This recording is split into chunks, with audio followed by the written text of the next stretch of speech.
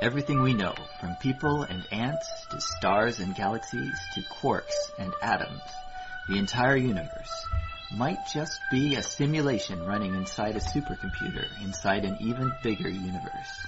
Ancient philosophers said that the universe is a dream that we're waiting to wake up from.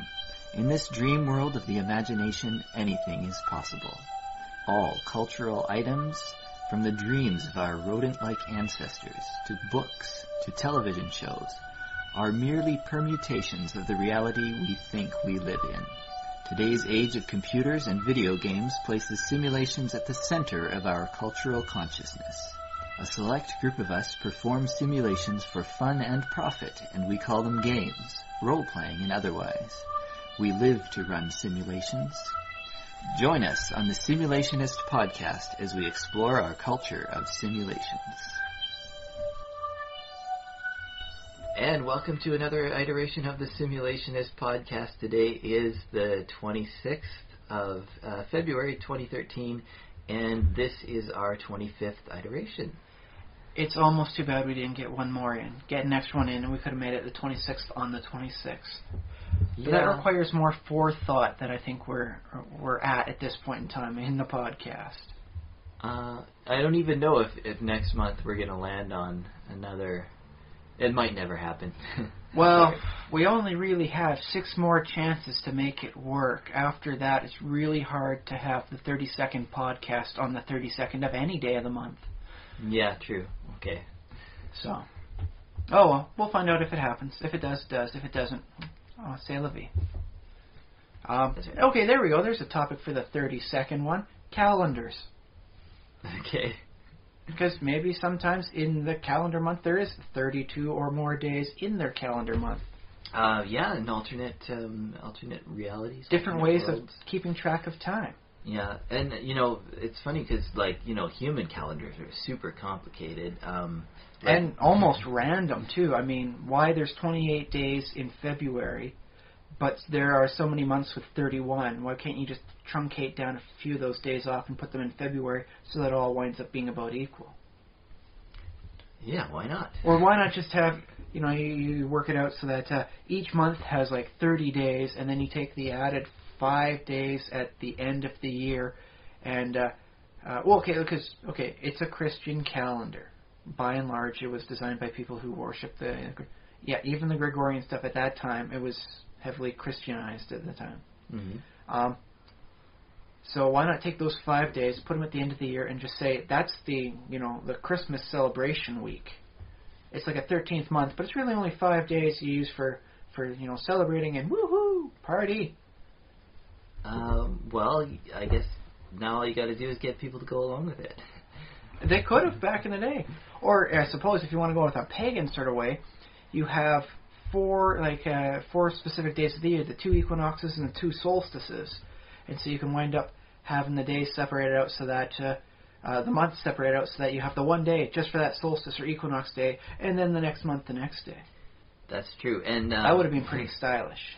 You'd see these occasionally. Maybe that's what we should do is we should research some, because you see them in different fantasy books, and I think Tolkien made his own calendars, and various people make their own calendars. Tolkien made everything. Yeah. He basically took, before Carl Sagan even existed, he took Carl Sagan's advice.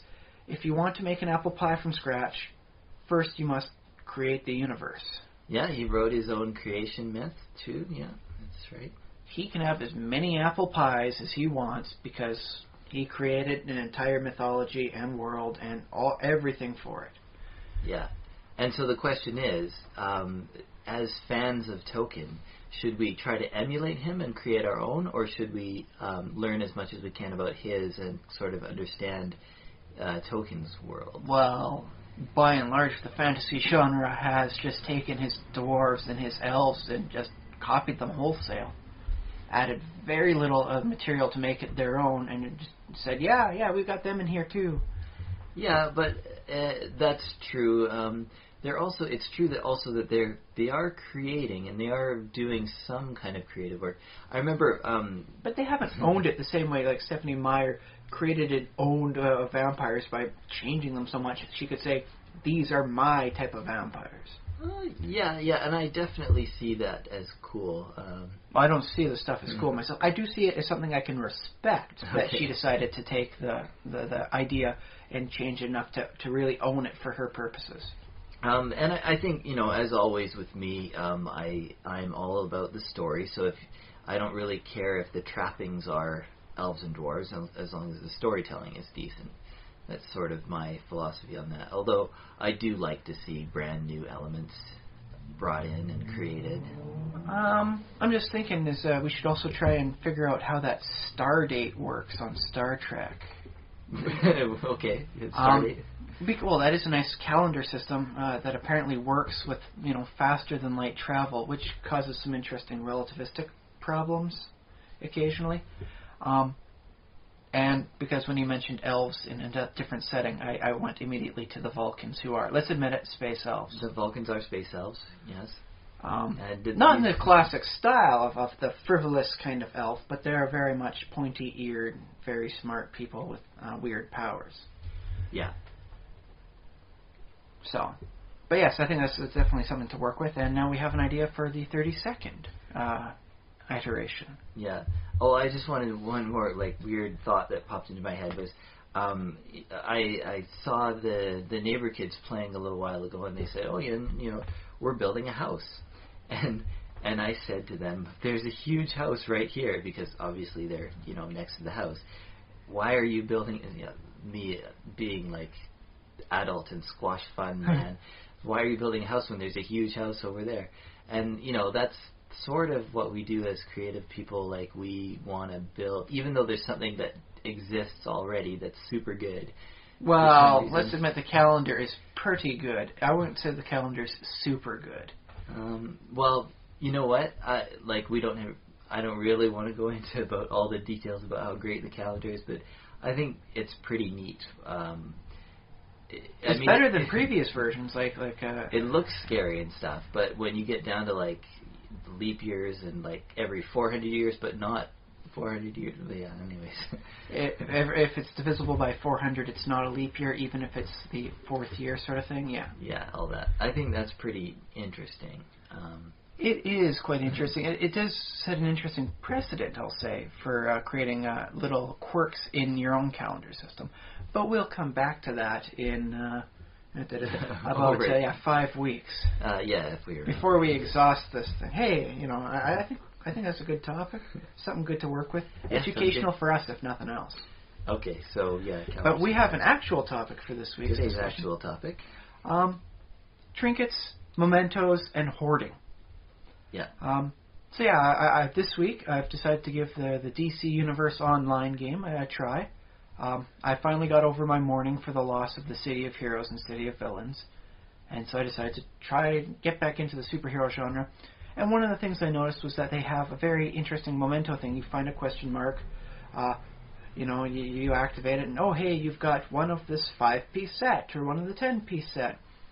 And it occurred to me, that's quite nice and easy to go with, because once you get the items, they take up no room. You can have as many of these little pieces going on as you want, and it's not going to, you're not going to be your character have a big sack on their back, like some sort of twisted Santa Claus. So how does this work in the actual game? Do you have a backpack, or do you have a button that you click, which is, this is my backpack, or this is my inventory? Well, you do have an inventory screen, but you don't have to have a backpack on your back to have an inventory. And in Minecraft, I like Minecraft because you have just a gigantic. I mean, it's only so big, but you have this inventory that amazingly huge pocket system. No way he can carry all these things, but somehow. Yeah. I'm glad they didn't put realism on that one. Yeah. But so in this DC game, is there how does that inventory work? It's just your standard. Bring up the inventory screen. Everything takes up one slot, no matter how big it is. Yeah, and you have only so many slots. You can pay for more slots. You can buy more slots. It is the freemium model. Freemium. So you actually pay real world money for more bag slot space? Yes. There might be something going on. They got some sort of credit system. I haven't looked into that because I'm a cheap SOB. So the chances of me actually buying anything are very, very slim. At least while I'm still testing things out. But it did get me thinking about the whole trinkets and mementos, because I was thinking, what hero in their right mind would go around, okay, I'm defeating Gorilla Grodd and his various plan to turn people into apes and then control their minds. And it's like, well, I can't see a hero, okay, I'm taking the chip off this memory thing, or I'm getting that. And then it occurs to me, doesn't Batman have a huge cave full of his trinkets of like weapons he's taken from his enemies? Doesn't Superman have a fortress of solitude that's just chock full of goodies? I don't know. That's a good question, because I don't think I've read enough comics to actually have paid attention to what's actually in the background in Batman's lair or Superman's fortress you of solitude. do know what's the 3 key iconic things in the background of Batman's Batcave. The Batmobile, a bat. No. It's the big trinkets. It's the giant penny, the large Joker card, and the Tyrannosaurus Rex. Okay, They'll change the variations time and time again, except for, I believe, the Adam West version of the Batman. They're always somewhere in the background. That's how you know you're in the Batcave. Even when Batman's not there. You see these, there's a Tyrannosaurus Rex in the back of this cave, next to a giant penny. Those are actual cases he did, like, back in, the 40s, 50s? Okay. He just, the Tyrannosaurus Rex is actually a security measure.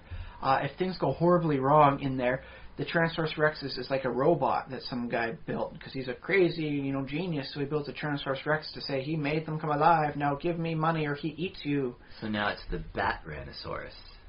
He never actually changed the name. No one's ever referred to it as anything other than the Tyrannosaurus Rex in the Batcave.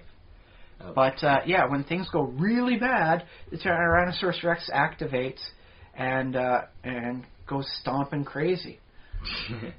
Because that's how Batman rolls, yo.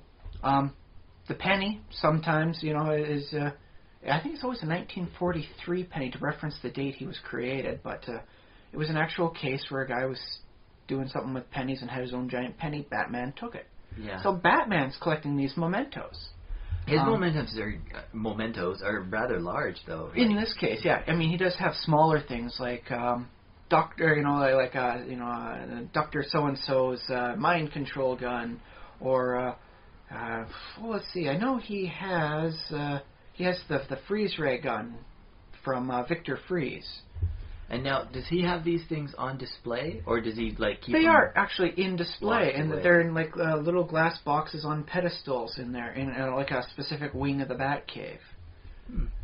Sometimes oddly close to where he's working, sort of things so you can get the nice angle as the artist is drawing everything.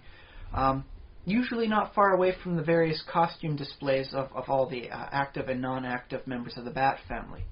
Batgirl, Robin. Oh God, when Robin was dead and gone for a while there, whenever somebody broke into the Batcave, there'd be a fight. The Robin costume would get, someone get thrown through the Robin costume gets knocked on the ground, and then Batman gets really serious. It was a thing. Yeah. Of its own. It almost became the fourth thing that was iconic for the Batman was actually a shattered Robin costume on the ground. Because it happened so often.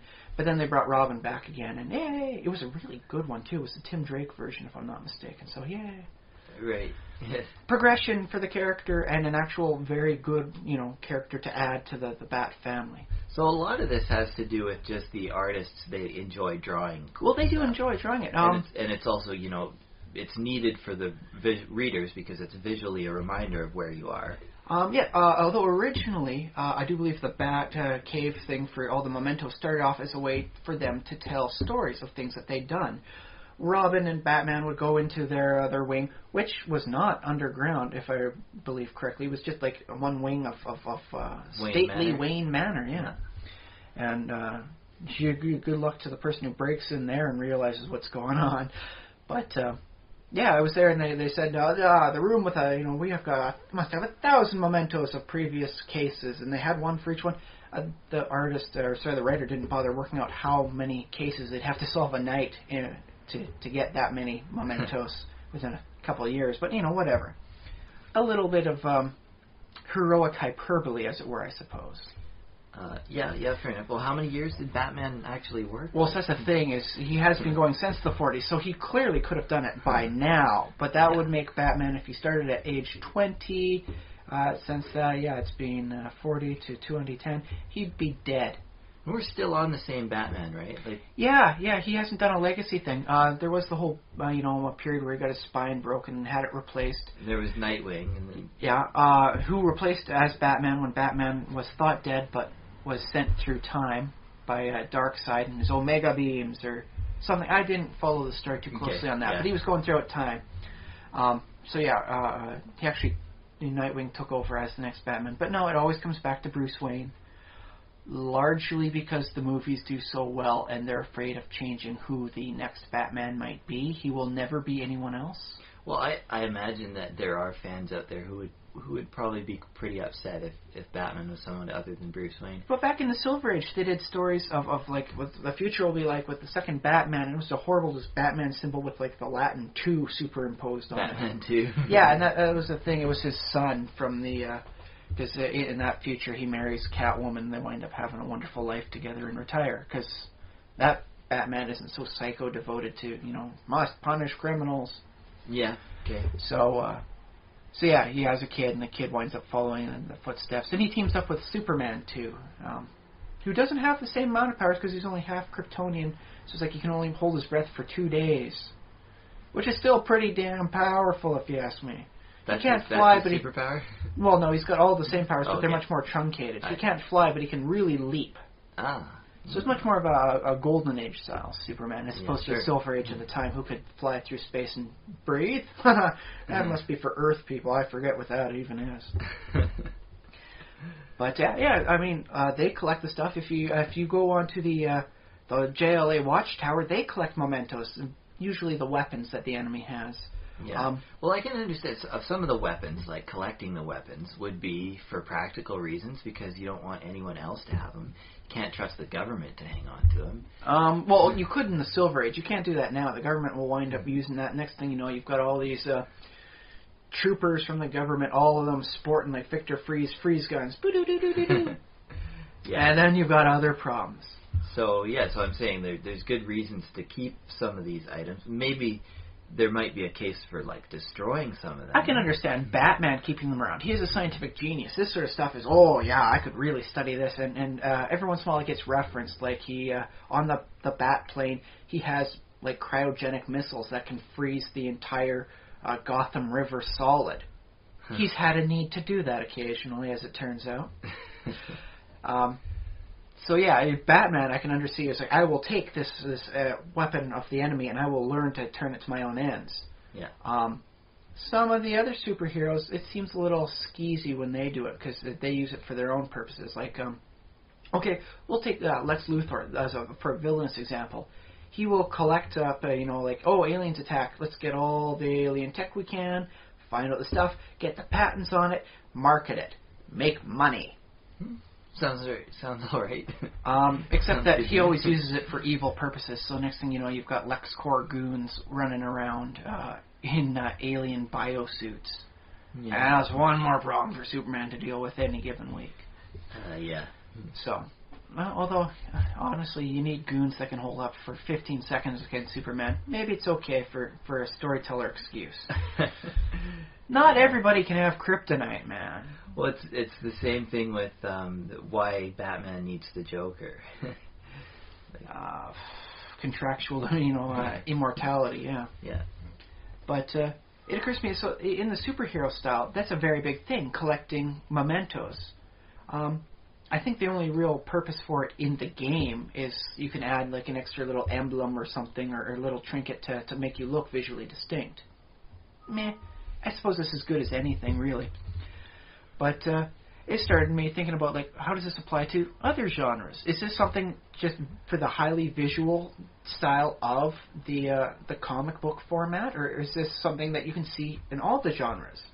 Because collecting is clearly something that is big on humanity. Yeah. I mean, those Hoarder series are just so huge on TV. I guess so, yeah. So there's the format there. I do believe the difference is that the Hoarders just pile everything up. Batman puts them in proper display cases and actually collects things important. There's no big thing of box top coupons he's collecting somewhere in the back of the Batcave. Yeah, well, like I say, the difference between a hoard and a collection is the collection is itemized and categorized.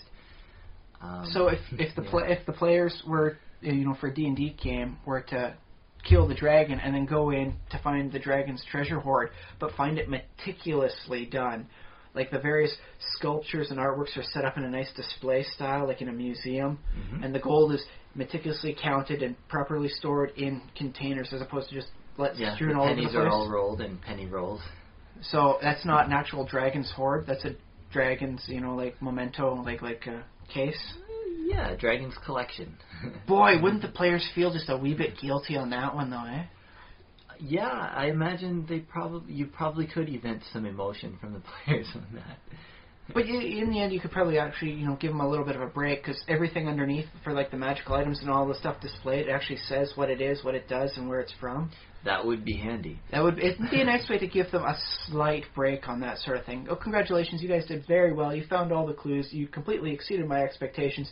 So the dragon's hoard is actually neatly itemized, and you get the whole thing like this. Yeah.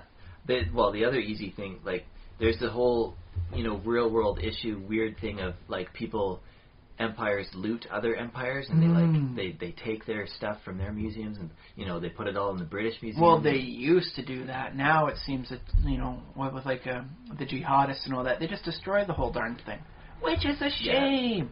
Yeah. Well, come on, guys, leave the museums alone. Yeah, there's problems obviously in Afghanistan and stuff with zealots destroying things, and Baghdad too. I think in Iraq, the main thing was people basically just stole stuff from museums.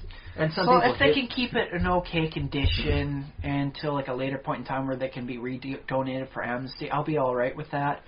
But when Libya was going its revolution, I did hear about museums being shelled in as just collateral damage, and that it struck a chord in my heart because I collect books. I keep them wonderfully organized and itemized.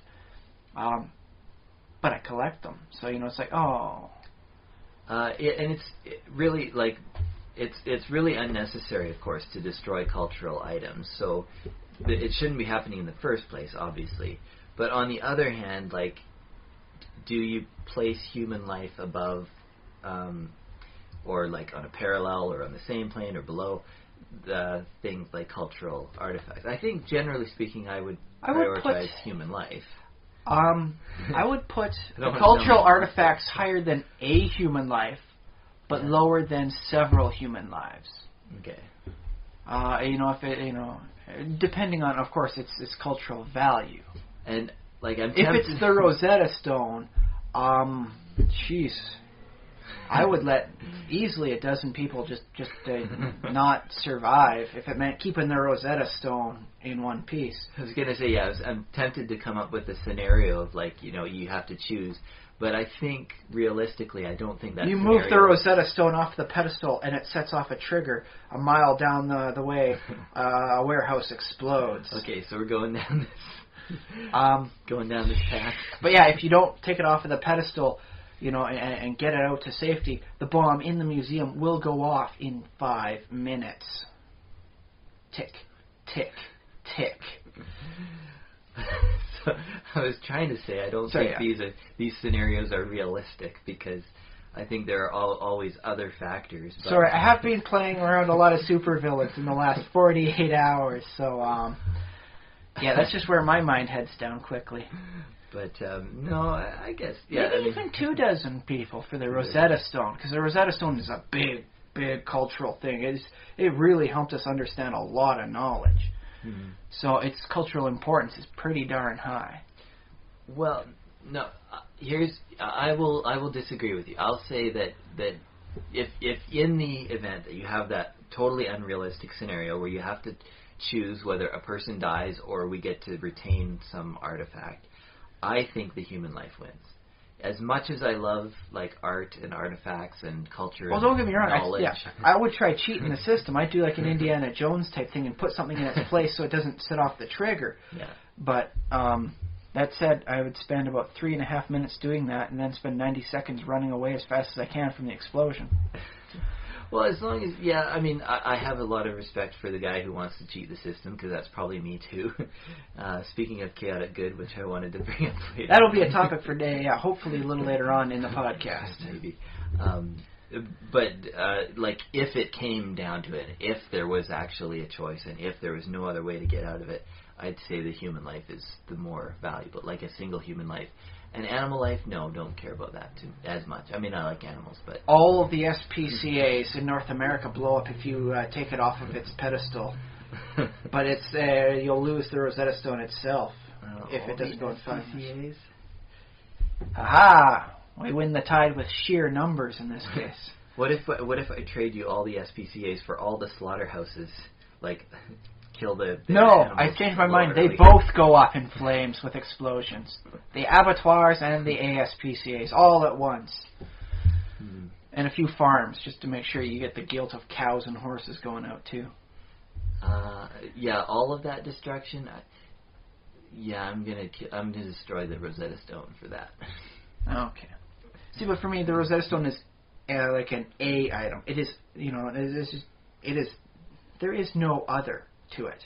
Mm-hmm. Okay, I suppose rather than a item, it is the item. Yeah. It is the Rosetta Stone. You can't just get a Rosetta Stone. That's true. If it was like some medieval suit of armor sort of thing, it's like, okay, maybe it was worn by Charlemagne, 1,300 years ago, or however long it was since he's been alive. I'd let that go. I'm sure blow that to slag. I don't care about that. It's a suit of armor. But the Rosetta Stone is at the Rosetta Stone. Yeah, well, you might have me swayed on destroying all the... as long as no humans die in the explosion. No, it'll happen at about midnight when everyone's home. The SPCAs and the abattoirs of the world all blow up. You might have sold me on saving the Rosetta Stone. Not sure. I guess I'm on the fence. But I definitely... Not something you're going to have to spend a lot of time thinking about, simply because it's most likely not going to happen. But I definitely think you're a monster for allowing human life to No, I don't think you're a monster. I think I think I'm a little monstrous, but I understand my own mentality behind it, so I'm comfortable with such a thing. Okay. Provided it's not people I know. If it is people I know, then the whole thing changes completely in my hierarchy of what's more important. Okay, yeah, that's fair enough. I would destroy the Rosetta Stone 12 times if it was my wife or child. I don't know how you're putting it back together time and again, but if I know on the 12th time it's gone forever, I would destroy it that 12 times if it meant saving them. I might, here's another variation on the scenario. What if it was you or the Rosetta Stone? What if you could choose to give your life for the Rosetta Stone, and somebody, there's some agreement that your family's going to get taken care of. Okay, because that was the question that immediately came to mind, sort of thing. So my wife and kid are set up for life because I've got a really good life insurance policy. Or actually, the government basically wants to compensate the family of the guy who saved the Rosetta Stone, I guess. Do I have enough time to say my goodbyes to them properly, or is it just, oh no, this is it? You don't get to say goodbye to them properly because they're halfway around the world. Or I don't know where the Rosetta Stone is right now. Is it in Britain? British Museum? It's in the middle of a trap museum apparently right now. But in this scenario, you're in the museum and your family's on the other side of the world, but you do have. Or heck, they could just be on the outside of the museum. If I have no way of getting a hold of them, they may as well be on the other side of the world. You don't have internet access, like your satellite phone. You're underground, so your satellite phone doesn't work. But you do have... I don't have a phone anyway, so that wasn't even in my consideration. But okay, thank you. The government gave you a satellite phone. Oh, okay, I'm doing spy work for the government. Okay. That's an added level of cool if I go out being a spy. Okay. Even if that's never officially acknowledged. Yeah, exactly. The government gave you and on this phone, although it doesn't have connection this deep underground, you can record as many, up to an hour of video. If you turn the quality down, you can... Oh, so I can say, a radio remote goodbye sort of thing to them. Eventually yeah. Okay. You can get it to them. For the Rosetta Stone, that might just come down to as much as a coin flip. Heads, it's me. Tails, the Rosetta Stone stays. Yeah. Do you remember the... of course, you saw a Cabin in the Woods. Yes. To spoil the ending, although I don't think people care about the ending. Of There's this a spoiler particular on this sort of thing, so if you haven't seen it, it's a great movie. I do say you should see it. If you haven't, go ahead by a couple minutes on the podcast and come back to note the time on it, and you can come back in later on. Yeah, just skip ahead. I don't know how long we're going to talk about this, but we'll see. We'll say 5. Put it 10 minutes. We'll see how for comfortability. Okay. Okay. They're gone. Spoilers ahoy. So spoilers ahoy. At the end of... It's either their lives or the world. Yeah, they have to choose between living or the world. Although it's hard to say because they've been screwed over so much in the whole movie that they probably don't trust the people, But anyways... But it's not like forever. It's just for one more year type thing. So they save the world, but only for about 360 days before other people have to go to the cabin and wind up having something similar go through. Yeah, that's true. And that's the funny thing about Cabin in the Woods is that it's created this universe that isn't really worth living. It's not like our world. It's very much like our world on the outside. You start looking in close, and you realize, holy crap, we're only ever 1 year away from everything going. Yeah, so it really is kind of an alien world that's probably not worth keeping around. I think Kevin Smith said it best in one of his podcasts. A good way to create a horror thing is just imagine the world exactly as it is now, but just change one thing. For him, he went on about like intelligent sharks owning the world with huge, massive numbers. But we're going to take it down this route instead. The route of Cabin in the Woods. Save the world by killing 5 people a year. Although, mind you, they do have some redundancies in place, which at least means a well-organized world. May not be great, but at least they have a good organization going. Yeah, and I guess, the majority of the people in the world are fine. Well, as fine as anyone in this world is. Yeah, it's fine. And I like the parallel, too, because, I think they got the idea... Now we're talking about Cabin in the Woods. Let's just talk about Cabin in the Woods. Yeah. I think they get the idea because there were cultures in, South American stuff who would sacrifice. Well, don't forget, it wasn't just them doing the sacrifices. There was the ritual of Moloch back in the Mediterranean where they actually throw... Apparently, this is largely hearsay. The only survivors to really report the story were people who hated them. Okay. But it was like a giant statue of a guy with a mouth open. They put a bunch of fire in the thing. And then they claimed they threw babies in as a sacrifice. Huh. Likely the babies of people they didn't like, not their own babies, whatever.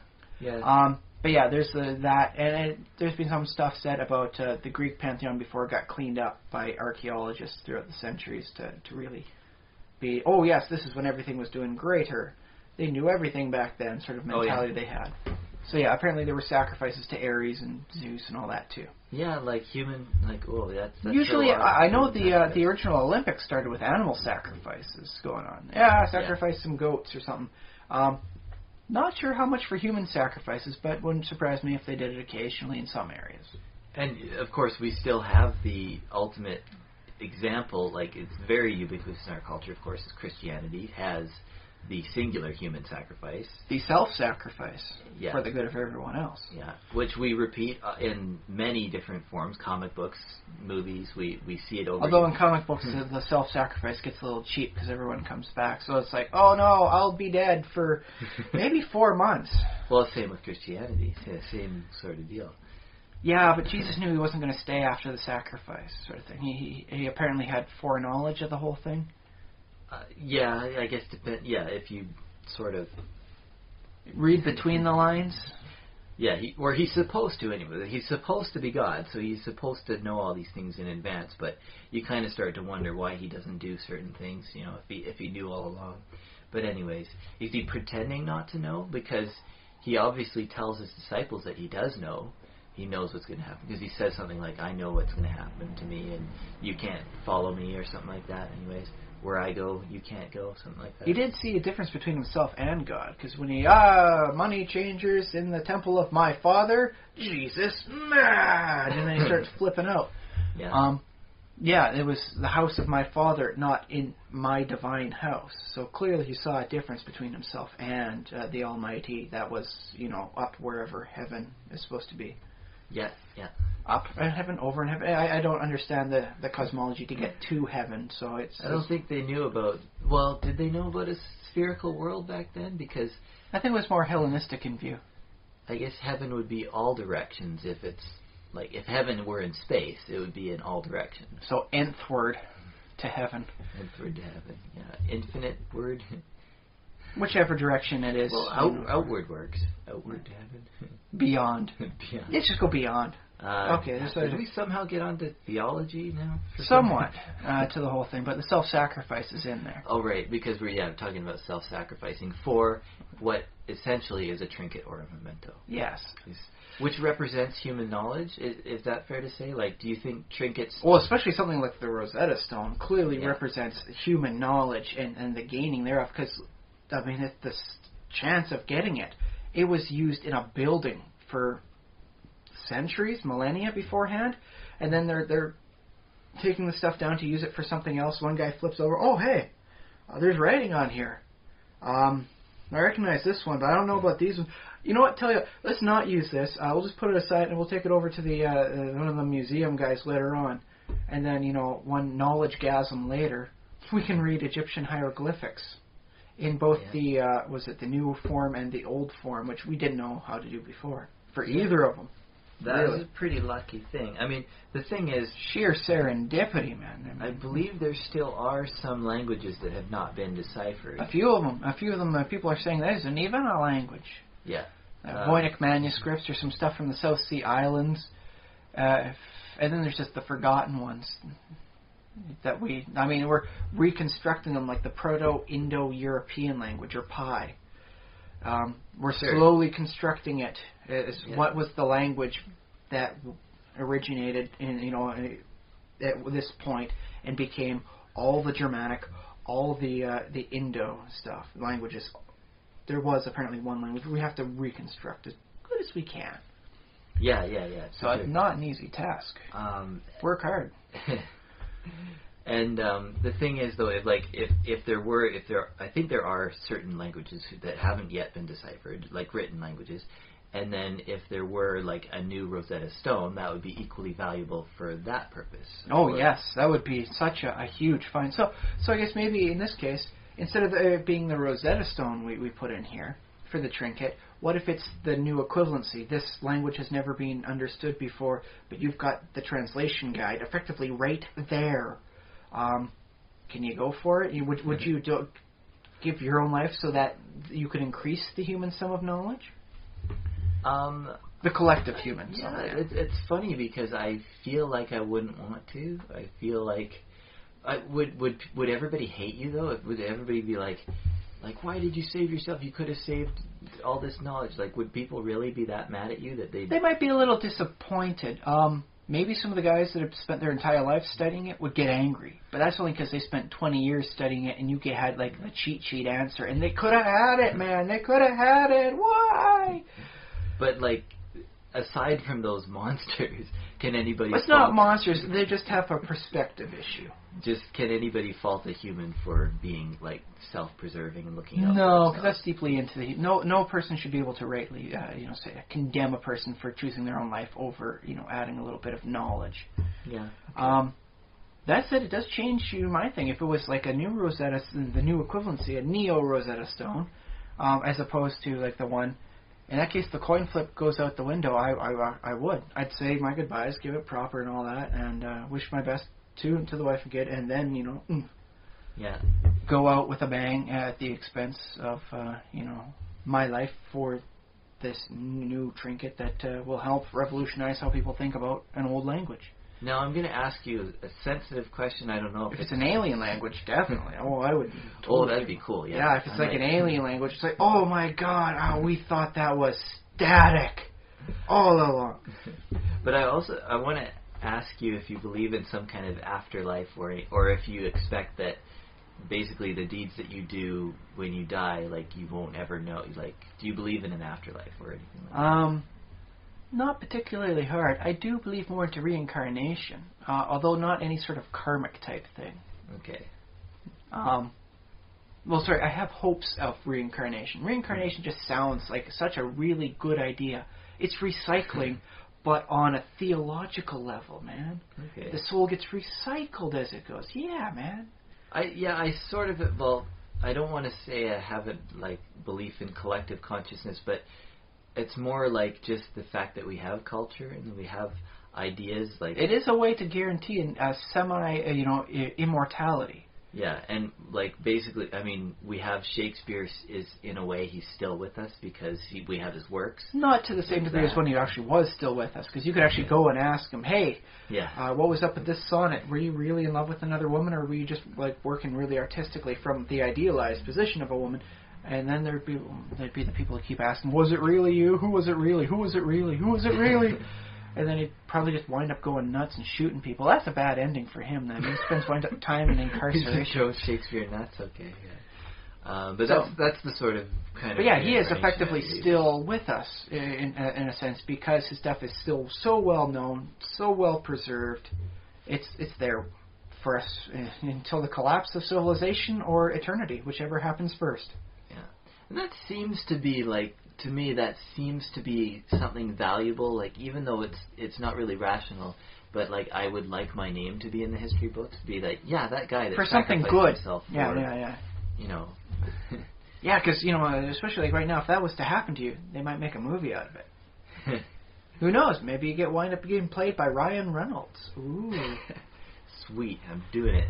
I'm gonna go find something like that. No. It's a nice perk to going out that way. Yeah. No. Well, it's hard to say. I don't know. How's Jeff Goldblum age? Maybe I could get him to play me in that case. No, there's too much of an age gap between us. It'd look a little weird. But okay. So we've established that the trinkets definitely have, like, in the human mind, some incredible value sometimes, depending on it. So I suppose we can't fault Batman for doing it. Even though Superman's technically not human, we can't fault him for doing that. He's an honorary human. He's not human. Oh, by the way, welcome back, everybody who skipped ahead. You skipped ahead about 12 minutes, so yeah, you're doing not bad. Sure. So yeah, you can't really fault Superman for collecting these things. With hoarders, it's considered a mental issue. Well, the other thing with hoarders, though, is, Superman, he collects the weapons of the enemies that he's vanquished. He doesn't collect, like, the tops of cereal boxes. He doesn't collect those weird little things that keep the roof of the pizza box from touching the pizza itself. He doesn't collect those. I've never seen that in the comics. I would really like to see like a second-rate superhero that has that minor collecting a compulsion, and so he does wind up doing that. Yeah. Every one of these little pizza tray things I collected was from a pizza I was eating, as I deduced the who did the crime. That's why it's important to me. This shows here just how much crime-solving pizza I've been eating. Yeah. And the other problem with hoarding is, like, I don't have a problem too much with it. It's just that people are poor and they don't have a lot of space. Like, it'd be awesome if everybody had their own kind of mansion that they could fill with awesome things. Or like in the video game, it's just, a line of code somewhere. It doesn't actually occupy any given space. And, I think it would be so cool to own, like, a cat farm. Like that. Well, okay, I suppose it's better than a puppy mill, but alright. A cat farm with, like, hundreds of cats, but all well taken care of, and, with employees to feed them and to clean up after them. It's like a special, like very focused SPCA. Yeah. Careful. Apparently people set bombs in those places. Just to save the Rosetta Stone, you might wind up losing it all. Oh, yeah. Well, no, you didn't say... You didn't say you didn't say... Oh, great. Ha ha! I slowly lured you in on that one. Yeah, you didn't include cat farms. No, but I did say it was like a highly specialized SPCA, and you went, yeah, so bam. I did say yes. I got you through the gate, locked you in. Welcome to the abattoir of my mind. But yeah, I want to own every cat. I just love every cat.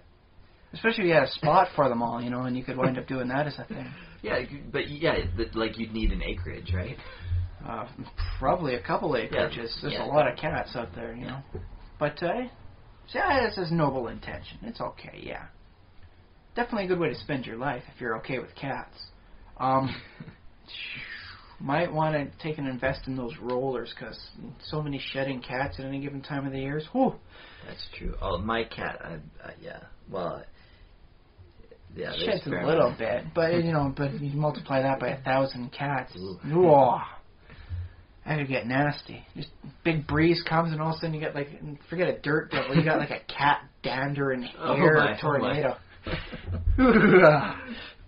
Okay, actually I'm kind of intrigued as to seeing that too, but it's not on my bucket list or anything. If it happens, it happens. The catnado. But okay, so it's clearly something in there, in the humanoid. Can we see this in other forms, like in other genres of fiction?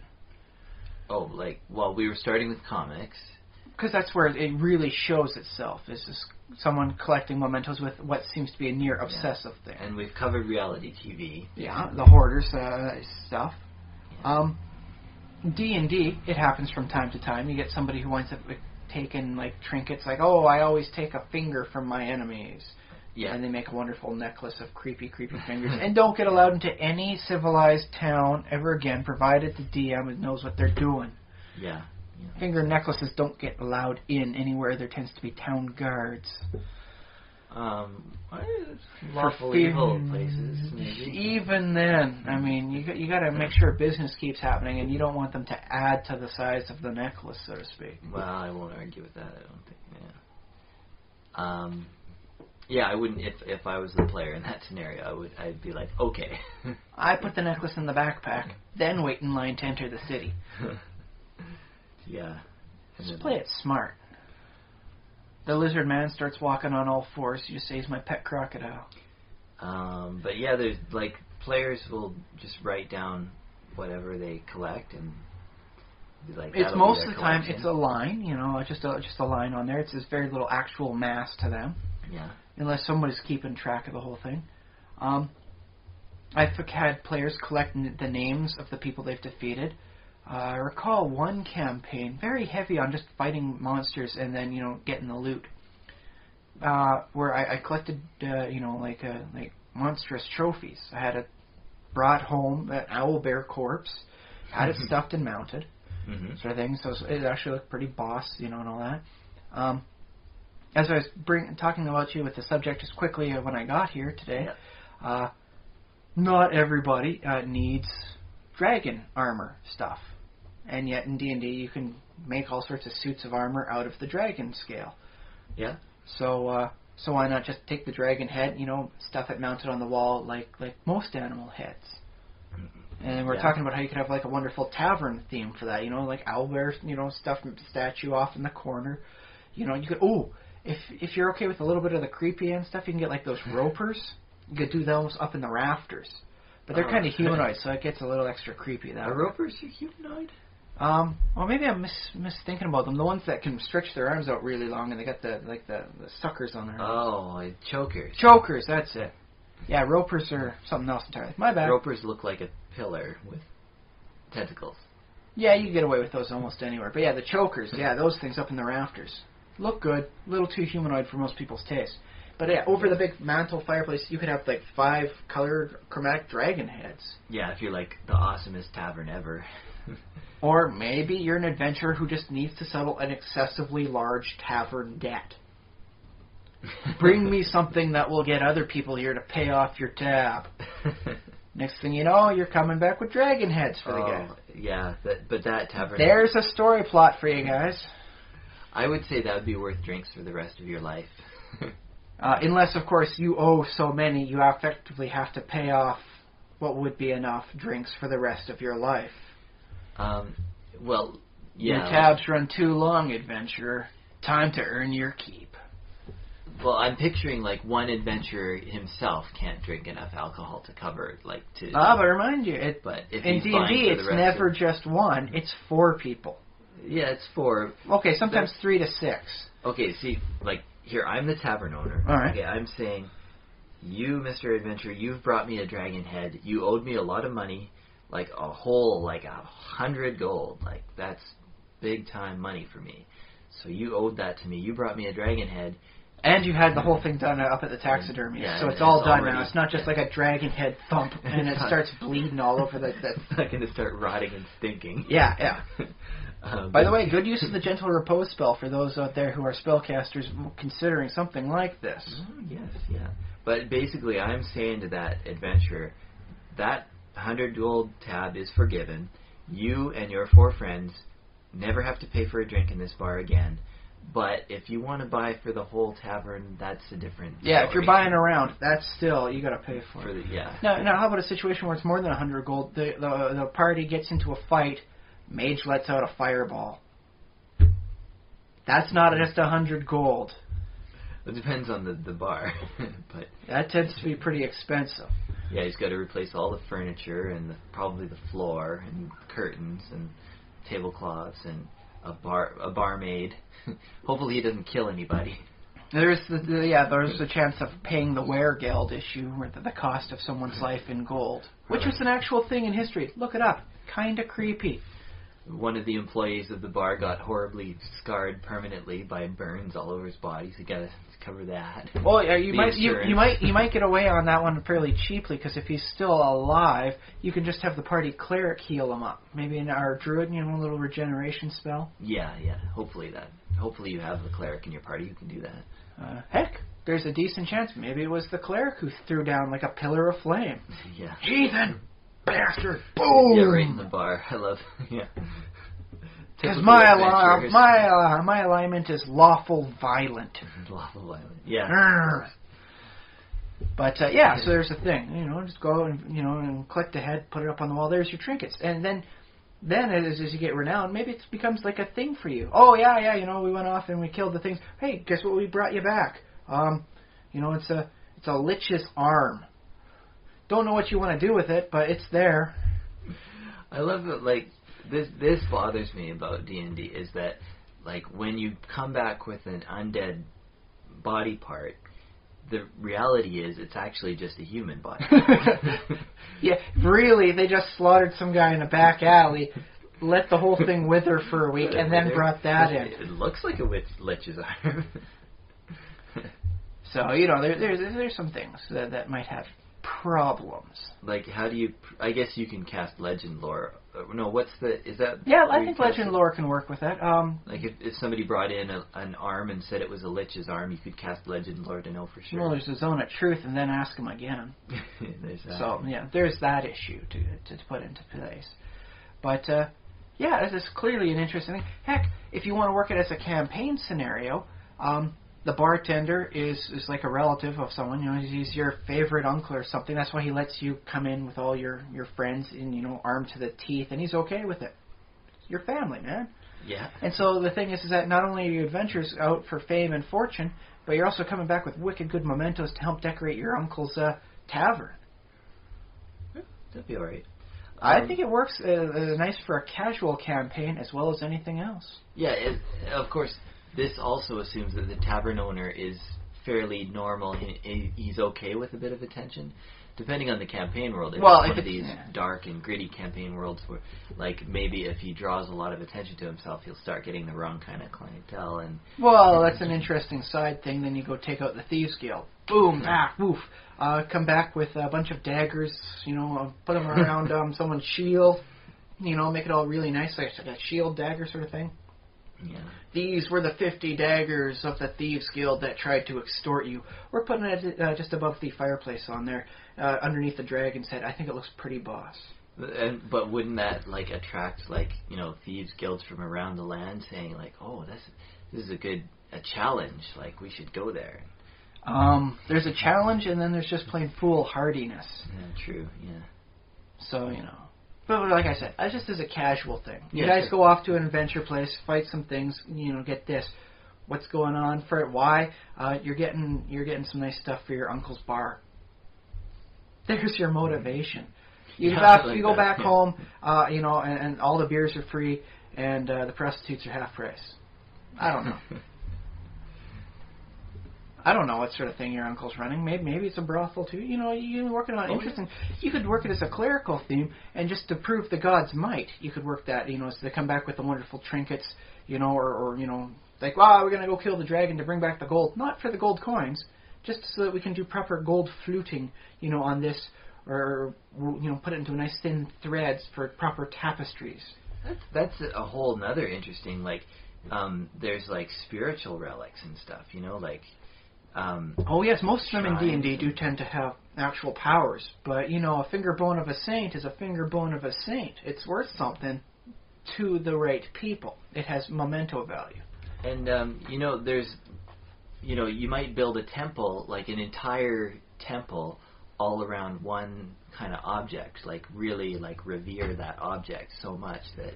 Or you could build a temple around numerous themes of objects around, like, say, one of these muses. How they had, was it originally 3, then they expanded off to 9 Greek muses? Okay.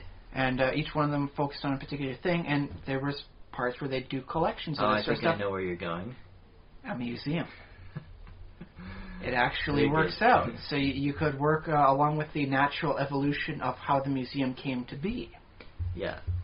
But that's interesting how, like, you have a shrine, and you have, like, 1 or 2 holy objects in it, like, how the Ark of the Covenant had, like, a jar of oil and a branch and something, Or, I'll use finger quotes here, splinters of the true cross. Of which there are apparently enough splinters you could build Noah's Ark all over again. Big enough to actually hold 2 of each creature in a pen. There's a hoarding there, man. There's a collection suit for you. He collected 2 of every animal. I'll see. Mind you, he had some pretty big help. They came of their own free accord, apparently. Yeah, that's true. Oh, except for fish. He didn't collect any fish or anything. He didn't need to. And although, realistically, he should have collected 2 of all of the freshwater fish. Yeah. Because there were probably some interesting problems going on with them. But that's never touched upon, Bible or otherwise. Oh, well. It's just a fun story. Anyways, I forget. I was going to say something funny. Sorry. Preempted you. No, you did. That was good. So clearly it's an interesting thing to work with for the D&D game. I myself have spent some time thinking about trinkets and all that in the D&D world. The value of them. I've figured it as maybe 1/10 the average value of a creature of that challenge rating. So if you work out, like, okay, a dragon is this challenge rating, so if you want, like, a memento from it, like its head on a trophy thing, what's the cost of that? Well, the dragon sort of thing is challenge rating this, so 1/10 of what the average gold value you'd get would be. It's worth this much once you get the memento out of it. Yeah, that works as a rule of thumb for the DM to kind of figure it out. Yeah. It's a nice crude rule. I haven't worked it on a number of things, but I think it works for just a quick guesstimate. Yeah, and of course you can come up with many different justifications for why that price would go, up or down. You can draw an analogy with real world, like one of a kind items too, in that people will pay an astronomical amount for something that's just one of its kind. One of the Superman issue 1 sort of Action Comics sort of thing. Yeah, exactly. Not one of its kind, but my goodness, are you going to find a lot of people willing to pay a lot of money for it? Yeah. So, but it's just a trinket. That's and it's not like that's the only copy of that issue. They've reprinted that sort of thing, in anthologies for Superman stuff. I've read it. Not a bad story. Yeah, for some people, for some reason, people want the original. Because it does have a value to it aside from what you can learn by reading it. It's the first issue, the first appearance of Superman in published works. So, woo. Mm. So how about other genres? Can you see this in? So I'm trying to think myself about the whole thing. Because it's really big, in the video games to collect these items and these trinkets. It's a nice way to kind of get people, because you get the 5 items and then hooray, you've got 10 nonsense points towards from the feat for getting it. Yeah, that's true. It's very Completionist. Game designers love this because it's an incentive for players to go and get the next thing. Spend a lot of time, otherwise effectively doing nothing at all. I think many, probably most modern games do incorporate some sort of hoarding. So yeah, it's definitely not just a minor thing. Even if it's a minor part of a thing, it appears so frequently, it aggregates importance to do such a thing. Let me ask you this: when you play just any old game, we'll say just every game, do you find you have a common behavior, and do you tend to hoard things, or do you? I do. I noticed when I was playing the Marvel Avengers Alliance, I would not get rid of the weak weapons I had outgrown. I would sell off duplicates, but I'd always keep one of each weapon. Yeah, that's interesting. I do a similar thing. It just no matter what game I'm playing, my default way to play is to keep things and try and have at least one of everything. If space is limited, you got to get rid of something. You got to chuck something eventually. But I have to force myself if I want to play getting rid of stuff. I have to force myself to delete this item or trash it or. It's not just whatever. a reflexive habit. It's something you consciously have to do. Yeah, exactly. I'm gonna play this in a non-hoarding way. Every once in a while when I was playing WoW, I'd have to sit down, go through the bank, and get rid of everything because there was so many trinkets and items. Yeah, WoW is probably one of the better examples of just hoarding, just tons of stuff. Oh, it was just, my goodness, I'm just thinking back on it, it's the biggest bag size for all of the tabs, and I had every one of them chock full of items. Mm-hmm. Thank goodness eventually they allowed me to free up some room temporarily when they moved things like the pets to a non-one per square thing. Yeah, and I think most people get their own. They do a bank alt, a character that's a fairly low level. Well, that's the thing. Most of everything I had was was soulbound to my character. Ah. I had the one Egan's Ray that allows me to destroy ghosts in Stratholme, but I didn't need it. I had done that, but I just kept the blaster because it was like a Ghostbusters blaster. And I didn't want to get rid of it. Yeah. Because that would be like getting rid of a proton pack. How could I ever get rid of that? Yeah, well, it's cool. It's cool. And I like how in WoW you don't have to do the whole cataloging thing because every item comes with a little description of it. You hover the mouse over it and it says what it is and what it does. But I keep weapons long past their usefulness to me. Yeah. It's oh hey, this is an incredibly rare item that that people would have, used to back in the day, try really, really hard to get, and it'd be sheer circumstance when they did get it. I'm going to keep it. Don't think I'll ever equip it, but I'm going to keep it. Now that they've got transmogrification, might be able to do something with it. Well, do you not ever just pick a suit of armor that you rarely wear and a weapon and stuff and just run around?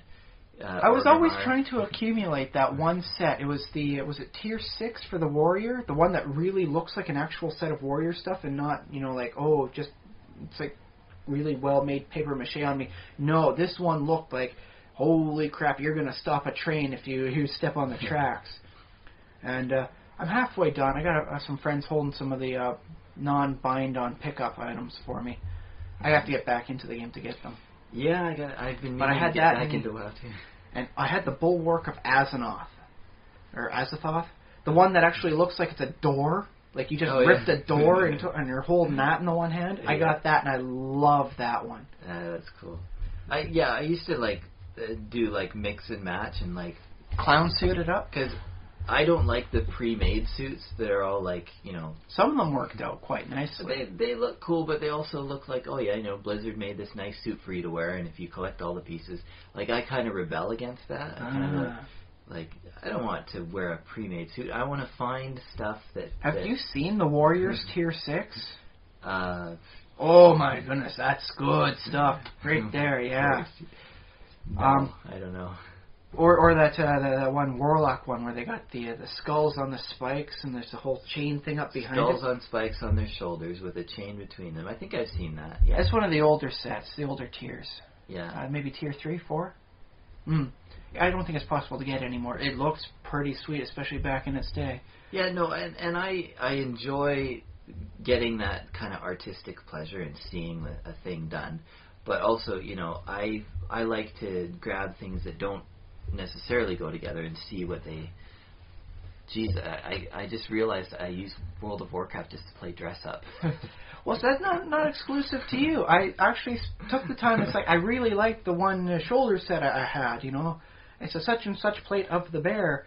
So I start combing the auction house, not just for of the bear sets because I'm a warrior, but this specific kind of set, so I can see what the norm. It's not something anyone would collect otherwise. It's green. It's not like a set piece. There's no set items.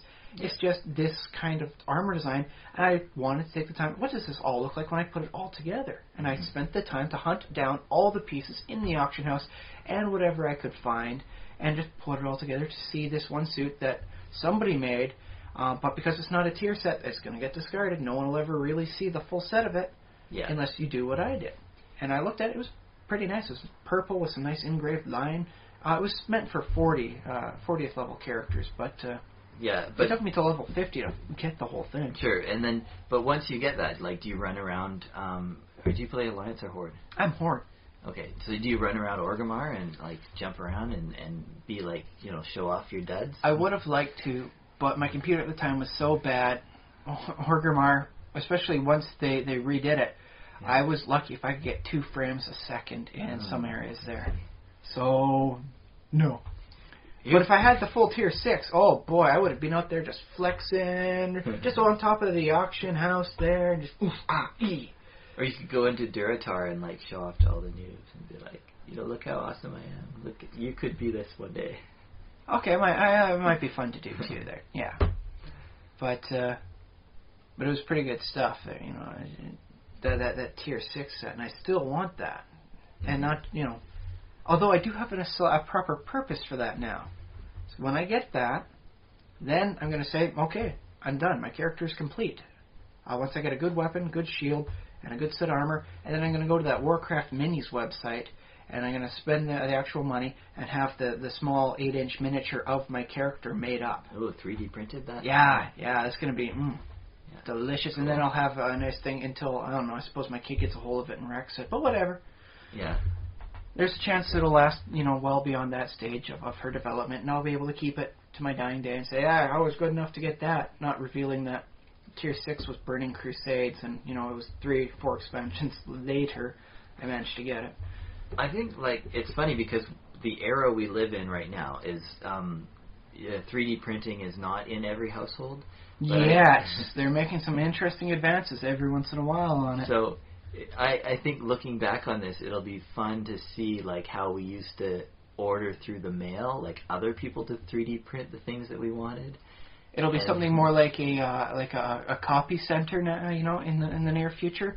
It'll be a 3D printing area for it. That might be next. Is that your town will have somebody with a 3D printer. But even next after that, it'll be a 3D printer will be as cheap as a paper printer that we have now. Well, but here's the thing: not everybody wants to have a paper printer. But when they want to print something out, they can just go to Staples. Yeah. So will there become a time when Staples will have a 3D printing center for what you want, your patterns? I think that's coming. Yeah. I'm looking forward to that day personally. Now that I've just thought of it. It would be quite nice to I'll just go there and get it printed that way. But it's funny, I was just thinking, because you say, I want to mail off for my 3D printed item. It's it won't be too many years before that'll sound anachronistic to us, or it sound old-fashioned to us. It's why didn't you just, have them printed out at your local Staples, in that way? I don't know. Welcome to the past, people of the future. This is how we used to do it. I like how it applies to trinkets, though, because imagine, the future where you can have any trinket you like. I mean, it won't be the original, but you can create virtually any item by 3D printing. That would be sweet. I think that's the natural place where this discussion goes with trinkets. What happens when you can have anything you want for very little money? See, I don't know, because, you could print off a copy of the Mona Lisa, but I don't think I'd ever do that. The Mona Lisa looks nice, but I wouldn't print out one just to say I have it. In high school, I think I did at some point. I printed out a few different works of like famous stuff just to have, just because I could. Well, yeah. In fact, I might do that.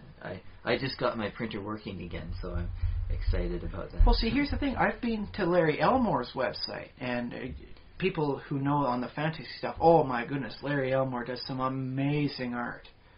And he's got some stuff that he's done that he's selling in like 8-inch, 10-inch, and whatnot size reproductions. For that, I would gladly buy that as opposed to just printing it off on my computer, because it actually helps out an artist I have deep respect for. That's true, yeah, you pay him. And apparently it comes out at a wonderful quality anyways for him. I think it's a little bit late to start paying Leonardo da Vinci. It's effectively public domain, I believe, the image. It's not like anybody can just walk up and take the Mona Lisa saying, public domain, haha, it's mine. The original copy belongs to it, but the image of itself and reproductions thereof are completely, I believe, public domain. The Louvre does not own that. Unless French law has really changed. Well, they can get us because we're in Canada and not France. I don't know how that works, but I think if you take a photograph of the Mona Lisa, I think you own the copyright on your photograph. Yes. So the actual digital file would have to come from, I'm sure it's online, I'm sure there's some storage place where they have, you just go to Wikipedia really, and that file, in order to be on Wikipedia. Well, the Wikipedia has got almost adequate detail for it, but if you want something like a 15 megabyte thing where it's got amazingly high-end detail. Well, we're going to have to look that up, because that probably exists. It most likely does, especially with something like the Mona Lisa. There's some other ones I think they should definitely do. I would love to see that as like a virtual, artwork museum for anyone who really wants to not just see it, but get a good look in close. You won't be able to necessarily get the texture the same until they come up with a 3D modeling thing for it. Hint, hint for anyone out there listening. There's a nice, what's that, maybe an undergrad? No, it'd probably be a nice grad project for anybody working in the computer sciences. A 3D modeling program that allows you to see, to model like a 3D image of the painting. So that way a person around the world can look in and actually see the brush strokes and how they did it like that, and you can see the small rises of that. Oh, I see. Oh, okay. So there's a grad project for somebody out there. That might exist, or that might be doable with existing programs. I don't know. Yeah. But nobody seems to have done it as a concentrated thing. So everybody could have like a proper image. So they could look in close on the works of Van Gogh and go, he paints them like this. And it's not just that they're circular. They're very much textured on that. That's an added level of depth I've never seen on his paintings, because I've only seen his paintings as like a GIF image. That's true. We do experience things in pixels nowadays. Well, it would all still be effectively pixels, but it'd be like a 3D pixelated thing, and you could possibly exaggerate it out to see like the depth and contours of the whole thing. I see. That's a good idea. That'd be cool on a website. Yeah. Not just a website. I think a lot of researchers and art, historians and lovers throughout the world would get a very good kick out of being able to see such a thing. It'd be a fun tool. Yeah. So, fun and useful. Yeah. But yes, we're a little off track on this one. Are there other genres that you had in mind? I was thinking about music. Technically, it is like a genre of fiction, unless you actually believe everything those rappers say that they do in their songs. I believe it's heavily much a work of fiction, very stylized and very compacted for format. Yeah. But I'm wondering where would like a trinket be for that? I mean, there's collecting the songs either through proper downloading or illegal downloading. But would the song itself be considered to be able to have its trinkets? Would the writer's preferred use of terminology or even beat be considered similar to collecting a trinket? Or is that just patterns? I don't know. I think you might be stretching a little bit, like to include the music. There are songs about collectors. There are people who collect songs. That's another thing. Yes, I've seen... I remember, that's right, there was a guy... was over in Vancouver. He had a wonderful, world-class actual LP record collection that he had to get rid of. Every last one of them, apparently because of bed bugs. They get into any paper type product too. And so you can't fumigate them? Apparently it was just too much for him, and he was having some interesting issues with his life. Like 6 months after he got rid of everything, he heartbreakingly had to do it, but like 6 months afterwards, he actually lost his virginity. Hooray! There's a lesson for you, kids. Get rid of your horrendous hoards and collections, and you might just get somewhere. Well, it's just that for him, it got to a point where it was his life. He was the collector of the records. He had to get the rooms properly, temperature controlled, so that they preserve it even longer. There was no humidity issues. He did all that, and he still had bugs in there. In the end, somehow they got in. It's just a story I remember hearing. It must be 2 years ago, maybe now, on CBC Radio. Just as a thing, back when bedbugs were making a horrible run through everybody's stuff. Yeah. You can get them apparently just by sleeping on a bad couch. Sometimes you crash at somebody's party, you go home, you got bedbugs, buddy. Yeah. yeah. So be careful. Just don't let anybody sleep with dirty clothes wherever the heck they want, and be a little careful about the furniture you find on the street. But yeah, the collection was so much of his life, he couldn't go on vacation. He couldn't leave his records for so long. He couldn't go on a 2-week vacation. He couldn't go out really and bring it as like a lady home with him. All his home was basically just suited for this collection he had. It was all around that.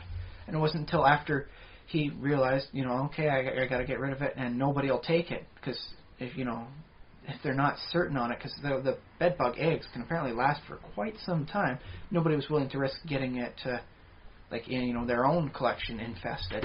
That's funny because, like, if you talk about, like, Library of Congress and preserving stuff for humanity, if it's worth enough, like, those guys know how to do it. They know how to get rid of bed bugs or they whatever. will go with the fine tooth, high ocular pieces and search every dang square inch just to get rid of the eggs as they search for it personally under a microscope.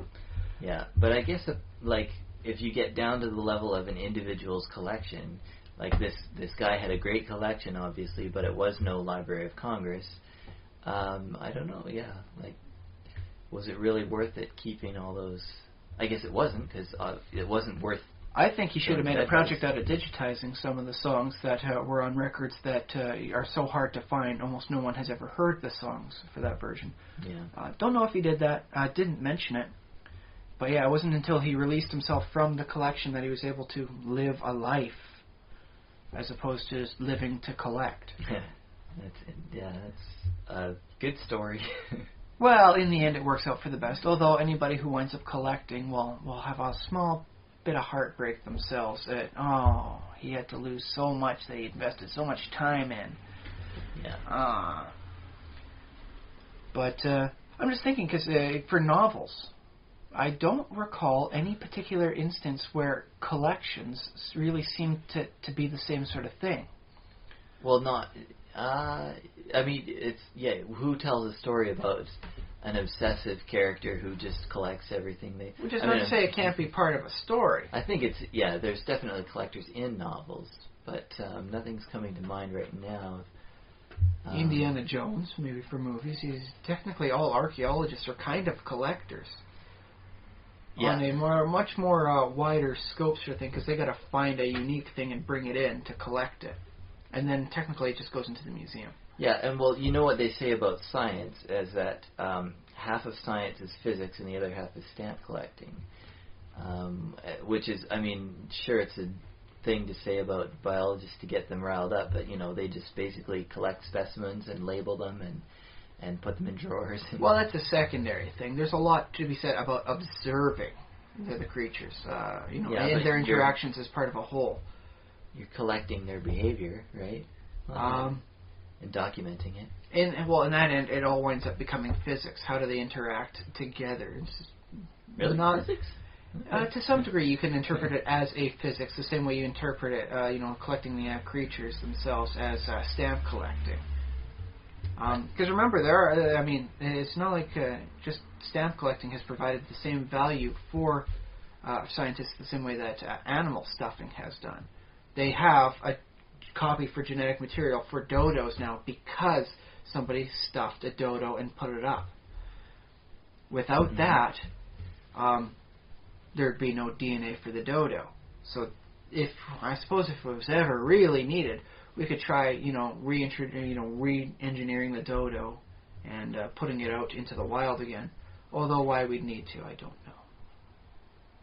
Well, it'd be fun, I guess, to have dodos. I think that'd be definitely a tourist attraction. Imagine New Zealand, as if they need more tourists. It would be a lot safer than doing that with dinosaurs. I will say that. It'd be a good first step towards dinosaurs. How about that?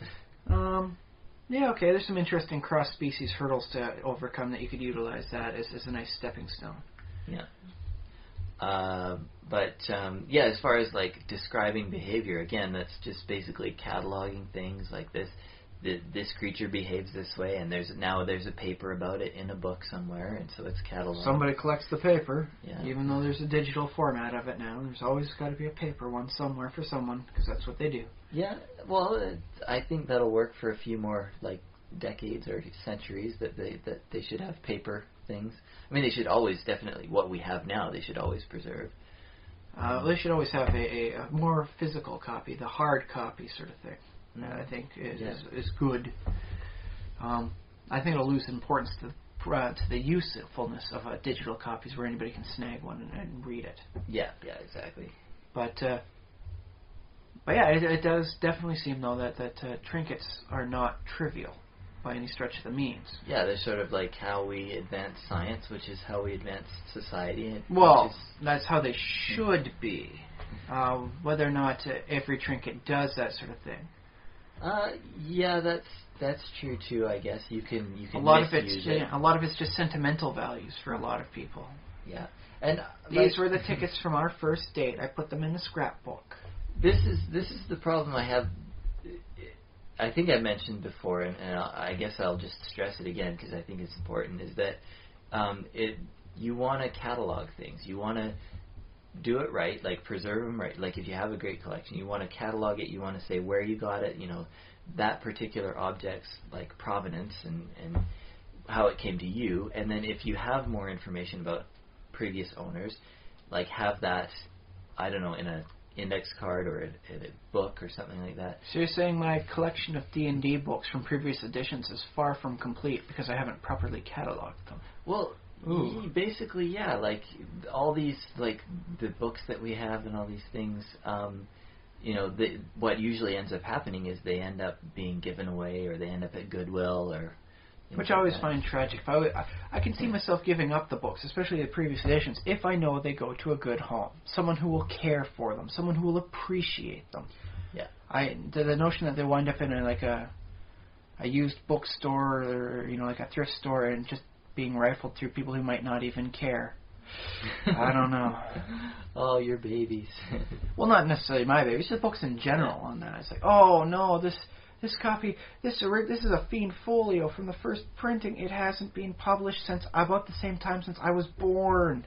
Mm-hmm. Don't just toss it around like that. Don't just leave it open and just break the spine. Treat it with a little respect. But maybe that's just me. I'm a bit of a bibliophile like that. I treat them good. Yeah. Well, I've often... See, I do respect books, but at the same time, I don't mind modifying them. I don't mind adding my own imprint to them. Like, I don't mind writing in books. Yes, I've noticed that on a few of them. For what's it, like Races of Stone Destiny, you've put in small annotations as to the previous appearances of them, which I think they probably should have done. This race was previously seen in this book, It is considered an update from these sources. Yeah. So which I think it's just a good bookkeeping from the people at Wizards of the Coast. I really hope they pick up on D&D next when they start, copying from another source to put into this book because it's still relevant here. Yeah, and I like to think like if I ever became a super famous guy and like I don't know, like did something really awesome that everyone liked, then you saved the next edition of D&D. They could go back. They could look at my D&D books and they could see, oh yeah, this is what he thought of this rule. Like there are some rules that are crossed out, and there are things like that. So. Inelegant, and a cross mark was written. Yeah. So I don't really like destroying information, but crossing out, you can still read it and you can still know what it says. Yeah. Don't forget, side annotations have a very proud history. Fermat's last theorem. A to the x plus b to the x equals c to the x only applies for values equaling x or equaling 2. I have a proof for this, but it does not fit within these margins. And they spent 400 years trying to figure out what he meant by that. Yeah, I've heard of Fermat's last theorem. The route they came to take it was so many attachments. It's even worse than our discussions. Like, we go from topic to topic to topic. They went on so far around just to get to this whole thing. They managed to prove it true, but only if all circles are ellipses. That's how they were able to prove it, because the logic chain was so long and circular. That's the only way they could get it. And it's clearly not what he originally intentioned for it, because it required so much more additional knowledge. He would have likely have written 4 or 5 books just to prove the whole thing and become even more famous in his day. But no, it's just a little scribbled note on the side. This is only true for x equal 2. I can prove this, but not within these margins. May have been a joke, that's right. He's like, I can prove it, but it'll be so big, it will not fit in these margins. But everyone thought, it's probably just a little simple something like a couple diagrams, and no, it doesn't work. And it gets bigger and more complex and bigger and more complex, and the next thing you know, 400 years later or so, someone finally proves it after 2 years of doing all the math by hand up in their attic. Apparently that's the only area the mathematician had room for all the stuff he was doing. Okay. The rest of the house was for living. He had to put up diagrams, and that's basically what he was working. That was his home office up there. So there's a hoarder who's got his priorities straight. He was hoarding numbers, yeah. The rest of the house is for normal human existence. Well, apparently he had a wife. So yeah, that'll do it. Well, it's just that, he was willing to acknowledge that the house was not just for him to eventually accumulate with diagrams of circles and ellipses and mathematical computations written underneath. Mm-hmm. Honestly, I'd be okay with seeing that in, like, my kid's nursery. Help spur her on to greater thinking. What does all this mean? I can explain what I know what this means, but, I'll sit you down and I'll explain it and we'll work it out. And next thing you know, bam! She's doing algebra in, 3rd grade. Ha ha! It's true, people do actually, put in nurseries in, places where kids are. People like to put, ABC 1, 2, 3, as if that's going to help the kid learn something. And I guess sometimes it will. If they're struggling to remember the order of a few bits somewhere in the middle of the alphabet, they can always use it. Okay, yeah, da-da-da-da-da-da, okay. On the wall. By and large, I don't think it's that helpful to them. It's mostly for nice style and make the parents happy. I say, why underestimate the intelligence of your kid, man? Put mathematical theorems up there. So are you going to do this? What are you going to do? No, I still got to put up the stuff I got from the Were Geek people at the last convention. I have the nice, cute style version of the D&D monsters. Oh, okay. So I got to put that up, and then we'll see what we have room for elsewhere. Yeah. Still have to figure out how to put them up with. These things are effectively trinkets now to me. Do I risk somehow desecrating them by putting holes in them to pin them up? Oh boy. Or do I put them in a proper one of those see-through paper holders and then put that up on there? I haven't figured it out yet. I'll probably just say, get me some thumbtacks. Dunk, dunk, dunk, dunk, dunk. They're in the wall now. Yeah. Well, it's like the writing in the margins thing. For me, if you put a hole in it, that's adding history to it. That's adding a story to it. It's not destroying it. It's just giving it character. Yes, but sometimes you got to be careful, because I've seen posters where people have taken it and moved a number of times, and then the corners are just absolutely shredded, and then you have to start moving it further inward. Yeah, true. So It's a mix between, adding character to it and being a little careful with what you're doing. I have had I've had many posters which I've had to just throw out because Too shredded. Yeah. But I guess that shows I didn't care about them that much. Maybe I'm just overly fastidious in that way. It's like, okay, put it back in the same hole when I'm putting the poster back up on the wall. Although one thing I've done is I have somewhere in a box I have every calendar I've ever bought. Really? Yeah. I keep a couple of them mostly just for the artwork, though. Yeah, that's the main reason. It's like, I really like this. I want to see who the artist is, and then next year comes around, it's like, okay, I'll look at this later, and then never see it again. Yeah. Say la vie. It's somewhere in my storage room. I'll get it out when I'm cleaning up. Well, I used to buy calendars for the artwork because they would inspire me for one was like castles. Yes. For D&D, I want to make a castle like that. So every month it would be a new inspiration. I gotta admit, it's a lot better than those pinup girl calendars they used to have everywhere. Admittedly, something to look at, yes. A little crass for my tastes. If anything, I really loved good pictures of landscapes. That inspired me. Just looking at it, what it wouldn't give to just be able to spend a day just journeying up out in there. Yeah, it's funny I never got into pinup girls because I don't see it as crass. I don't see it as a problem or anything like that. But I never really thought to put up pictures of scantily clad women just draped over the hood of a car. Yeah, I just haven't done it. Well, I'm definitely not into cars. I know that. I don't care. Where else are you going to put the scantily clad women? I mean, that's tradition. You put them on the hood of a car. Maybe that's where I'm going wrong, yeah. Maybe you need to be more into cars so you can get into the pinup girls. No, it's not that I think I should be. It's just odd that I never had them on my wall. Which is not to say that the curves of a beautiful woman is any less artistic than a wonderful scene of nature or of any painting anyone's ever done. There's beauty to be found even in the human body, especially in the human body. Seems a little exploitative to me. It's just looking at them. They're people too, Yeah, and I like when I do have pictures of people. I like to think of make up stories about them and imagine why is she in a bikini on the hood of a car? What story and a set of events have led her to this situation right now? Yeah. And then I think if I was there, I'd be her friend, and then it goes on from there. I'd probably offer her my shirt. Say, dude, whoa, whatever situation you're in, you seem to be needing some help here. You take this, and that way we're both technically half naked, and it's still okay. Yeah, right. And then she's like, but there's a photographer here. He's taken my picture. And then you turn around and you suddenly realize you've traveled through time. You're not in the story. You've gone back to when the photo was taken. And there's a nice little short story novel for you. There you go. Cool. Okay, so we've been talking for just over 90 minutes. I think it's very fruitful. As we've learned that trinkets have a decent value to them, even if it can lead to hoarding at some point down the road. Well, I'm just going to collect this as this has a value to me. Next thing you know, you've got all sorts of stuff here and there, and where did the corners of your house go? They're taken up with crud.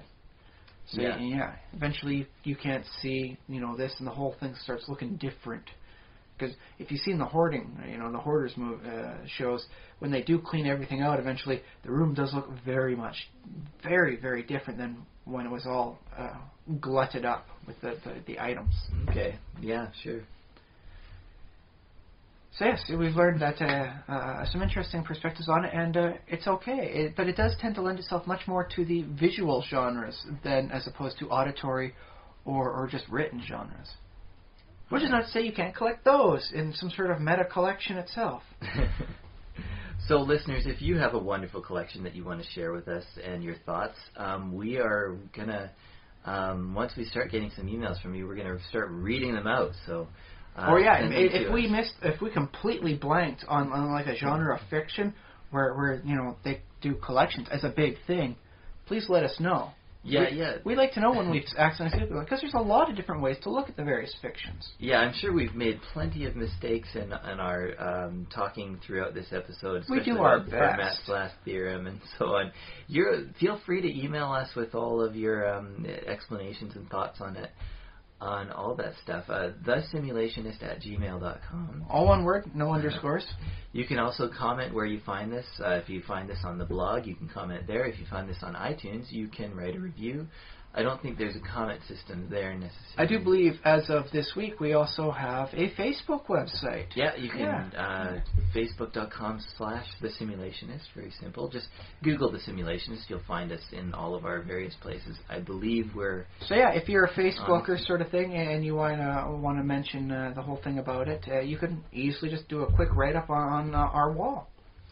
Yes, so please give us that feedback, and we're trying to make it as easy as possible for you guys out there. Yeah, send us all your thoughts. And maybe some of your cash if you have some to spare. Yes.